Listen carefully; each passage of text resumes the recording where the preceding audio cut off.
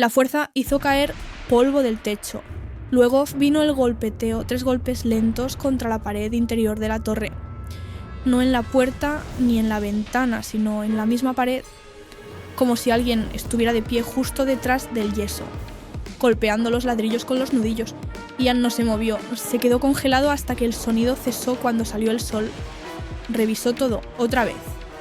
La caja había desaparecido y la puerta del armario estaba completamente abierta. En ese punto era evidente que no estaba solo, así que Ian usó la radio y pidió una extracción inmediata. La niebla seguía espesa, pero dijo que no era un problema médico. Le contestaron que intentarían mandar un bote en unas horas. Empacó sus cosas y esperó en la cornisa de desembarco. La niebla no se disipó, de hecho, parecía hacerse más densa. Se sentó allí casi 7 horas sin poder ver más de unos pocos pasos frente a él. El sol estaba bajando y el aire se había vuelto frío. Oyó a alguien caminar detrás de él sobre la grava junto a la base del faro, pero cuando giró no había nadie, o tal vez simplemente no podía verlo a través de la niebla. Corrió hacia el borde del acantilado y se quedó allí hasta que escuchó la bocina del bote a lo lejos. Lo sacaron justo después de oscurecer. El marinero que lo ayudó a subir le preguntó por qué tenía la cara de haber visto un fantasma. Ian solo respondió que el faro no era seguro y debía sellarse. En la oficina redactó un informe breve diciendo que la estructura estaba comprometida y que no era apta para entrar, pero nunca mencionó los pasos ni la caja. Me dijo que no lo hizo, porque en verdad llegó a considerar que quizá estaba perdiendo la cordura por la soledad. Ese fue el final de lo que Ian me envió por escrito. Nunca volvió a ese faro. Terminó sus proyectos pendientes y poco a poco se retiró del trabajo de campo. En menos de un año dejó de aceptar contratos. Dijo que quería enfocarse en tierra firme desde entonces. Cuando le pregunté si era por lo del faro, solo se encogió de hombros y dijo que ya había visto suficiente allá afuera. Una vez lo presioné para que me dijera qué pensaba realmente que había ocurrido en esa isla. Me miró directo a los ojos y pronunció una frase que se me quedó grabada. Algunas zonas deben dejarse en paz. Solo necesitan tiempo y silencio. Eso fue todo lo que quiso decir. Yo intenté investigar el faro por mi cuenta, pero no encontré mucho. Las coordenadas que había garabateado en sus notas no apuntaban a ninguna estructura oficial. Los registros del condado mencionaban una torre desmantelada en algún punto de la costa, pero sin nombre ni historia accesible. Era como si en realidad nunca hubiera estado allí, y eso es lo que más me inquieta. No lo que Ian contó, sino lo que nadie más jamás registró. No sé, honestamente, si deseo que Ian de verdad estuviera volviéndose loco en esa isla, o si la otra opción es aún peor.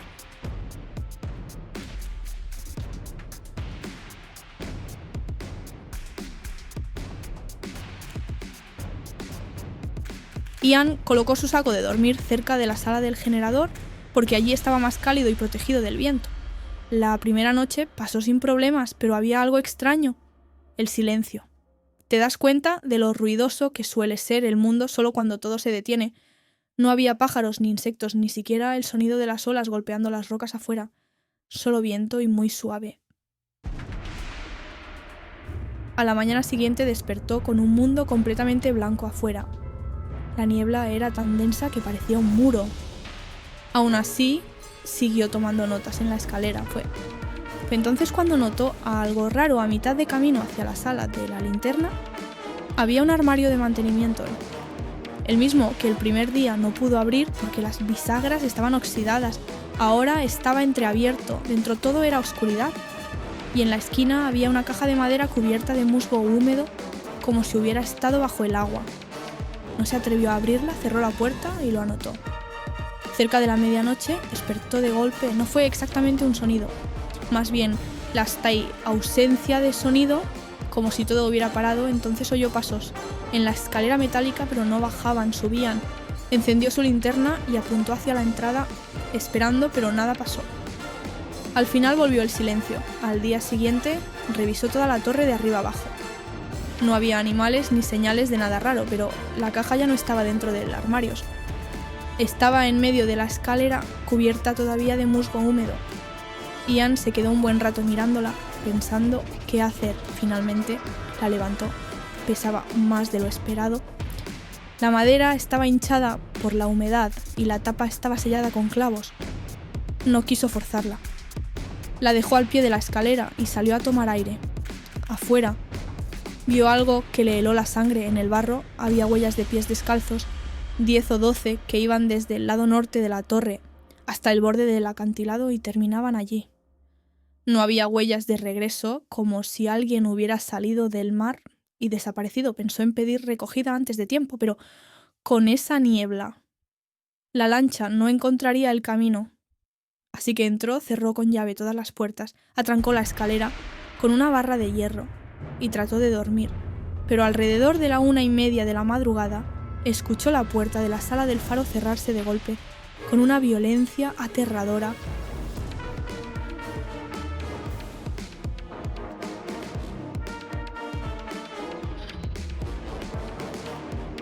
En el mismo instante en que cerré los seguros del coche, Soph y yo gritamos porque los 3 tipos estaban pegados a las puertas. En segundos, 2 de ellos intentaron abrir diferentes manijas. No lo pensé 2 veces, puse la marcha atrás. Era la única dirección segura. Golpearon y patearon el coche mientras retrocedía, pero en cuanto nos movimos, dejaron de seguirnos. En el camino de regreso, los 2 teníamos el corazón a 1000. Nadie dijo nada por un buen rato. Esa noche terminó ahí. Después, seguimos viéndonos algunas veces más y aún mantenemos contacto, pero lo que pasó sigue grabado en mi cabeza. Estuvimos demasiado cerca de algo mucho peor. Mis amigos creen que fue una pandilla, quizás los Crips, quizás otra. Y a mí no me importa cuál fuera, no. Lo único que sé es que jamás volveré ahí de noche. Me llamo Gregory y lo que voy a contar no me pasó a mí, sino a mi viejo amigo Ian. Basta con conocerlo una sola vez para confiar en sus palabras. Tiene más de 50 años, piel curtida por el aire salado, un hombre fuerte que ha trabajado toda su vida en el mar, ha sido buzo, técnico de barcos, inspector. Para el gobierno ha visto de todo, por eso nunca dudé de su relato. En 2013, un pequeño condado del estado de Washington lo contrató para inspeccionar un viejo faro en desuso. El condado lo había heredado años atrás y nadie sabía qué hacer con él. Algunos querían derribarlo, otros conservarlo. Nadie quería pagar.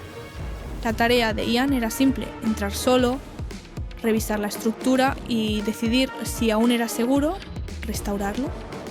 El faro estaba en una isla rocosa a 1 hora de la costa. La isla no tenía más que el faro, un cobertizo de generador y restos oxidados de un andamio viejo. No era un sitio turístico ni mucho menos, ni siquiera tenía muelle, apenas un saliente donde la guardia costera podía dejar a alguien en marea alta. Ian llevó lo justo: comida para 4 días, un saco de dormir, algunas herramientas, un bloc de notas y una radio marina.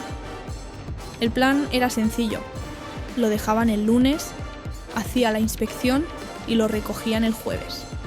La primera impresión: frío, húmedo, pero tranquilo. El aire tenía ese olor a sal y óxido propio de un lugar abandonado por décadas.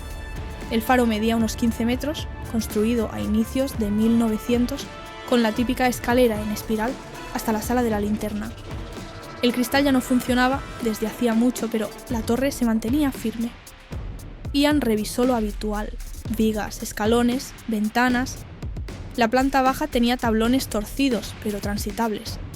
El segundo piso era un almacén vacío con gabinetes oxidados, y en el tercero había un pequeño dormitorio olvidado. Ahí pasaría sus noches mientras hacía el informe.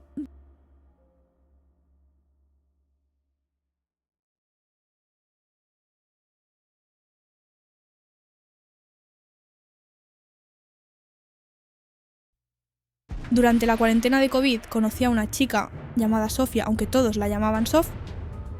Vivía a pocos minutos de mí y como no había nada que hacer, la recogí en mi coche, fuimos a un parque cerrado y bebimos White Claw. Desde el primer momento supe lo que transmitía. Era rebelde, pero de una forma atractiva. Le gustaba saltar vallas, entrar en lugares prohibidos. y esa energía me atrapó. En menos de una hora propuso ir al faro de Montauk y caminar por el sendero del acantilado. En teoría el faro estaba cerrado después del atardecer, quizás cerrado completamente por la cuarentena, pero Sof dijo que lo había hecho antes y que no pasaba nada, confié en ella. Manejamos hasta allí y aparcamos en el estacionamiento oficial. Yo estaba nervioso, pero no había coches a la vista. Ella sonreía tranquila, me repetía que todo estaría bien, bebimos un poco más y caminamos hacia el faro. Ver un faro de noche tan de cerca fue impresionante, pero también inquietante. La luz que giraba sobre nosotros en la oscuridad tenía algo extraño. Sof me guió por un sendero lateral que bajaba hacia los acantilados evitando el acceso principal. Avanzamos por las rocas del llamado Cliff Walk, iluminándonos solo con las linternas del móvil. En un momento Sof me llamó por mi nombre. Giré y vi que apuntaba su luz detrás de nosotros, allí de pie. Había un hombre, llevaba un abrigo con capucha. No se movía al enfocarlo, notamos que parecía un hombre negro, pero no distinguíamos edad ni rasgos. Le pregunté si trabajaba allí. No respondió, permaneció inmóvil hasta que de pronto dijo: ¿Quieren comprar cocaína? Al descubrir que no era un guardia, sino un desconocido, la sensación no fue alivio, sino miedo. ¿Qué hacía ese tipo siguiéndonos a esa hora? Le dije que no estábamos interesados y le hice señas a Sof para seguir adelante. El hombre empezó a moverse también. No dijo nada más, pero caminaba al mismo ritmo que nosotros, siempre a la misma distancia, como una sombra. Llegamos al final del sendero y atravesamos el césped rumbo al coche. Él seguía detrás, igual de cerca, entonces gritó: ¿A dónde van? Su voz era burlona, amenazante. No contesté y le pedí a Sof que tampoco lo hiciera. Caminamos rápido lado a lado hasta llegar al coche, con el corazón golpeando como un tambor. Aquella fue una de las noches más tensas de mi vida.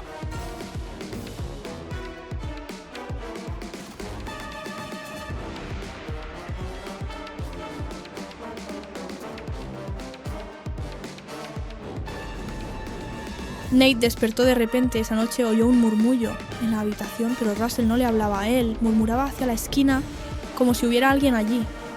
Nate se incorporó y le preguntó: ¿Qué decía Russell? Parpadeó confundido y respondió que no había dicho nada. Más tarde, Nate volvió a despertar y vio a Russell sentado frente a la ventana mirando las rocas iluminadas por el faro. Le preguntó qué hacía y Russell le dijo que la noche anterior creyó ver a alguien parado abajo en los bordes de la luz, alguien que los observaba y desaparecía cuando la luz giraba.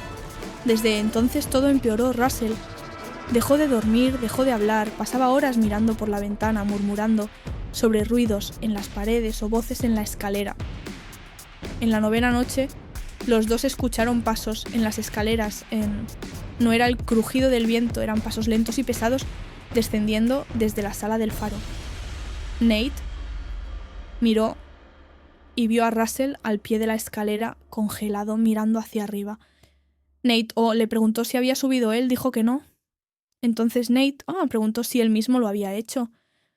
Ninguno se había movido. Los pasos cesaron. El silencio que siguió fue aún peor. Esa noche atrancaron la puerta con un mueble y durmieron con cuchillos bajo la almohada. En la 11ª noche, el faro volvió a fallar al subir. Encontraron la puerta del cuarto completamente abierta, como si alguien la hubiera derribado dentro del viento. Aullaba la lámpara. No solo estaba detenida, estaba manipulada. La bombilla había sido desenroscada y puesta de pie en medio de la sala. Aquella bombilla era de grado industrial, no podía retirarse sin esfuerzo. Nate se quedó paralizado. Russell repetía que alguien lo había hecho. Entonces Nate sintió algo frío rozándole la espalda. Se giró, no había nadie. Russell, pálido, señalaba la pared murmurando que había visto una mano salir de los ladrillos. Huyeron escaleras abajo y se encerraron en el cuarto. Nate no durmió. Russell se balanceaba en un rincón susurrando a alguien invisible. Al amanecer, Nate usó el teléfono satelital de emergencia. Pidió recogida adelantada diciendo que había una falla grave. La embarcación llegó esa tarde, pero lo más inquietante fue lo que dijeron. Los marineros aseguraron que a las 2:12 de la madrugada habían recibido una llamada de socorro llena de estática, con una voz repitiendo que había alguien con ellos. Luego la señal se cortó.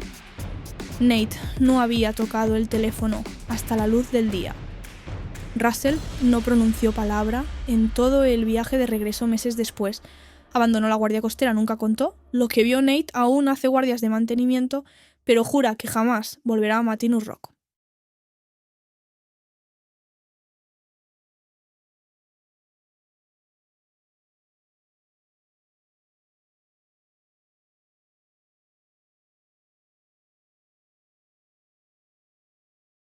Imagínalo, estás en medio del océano, en una roca solitaria, en Ushuaia.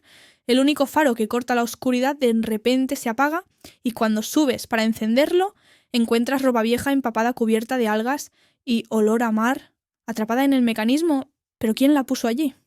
Mi primo Nate. Lleva más de 10 años en la guardia costera, nunca inventa historias.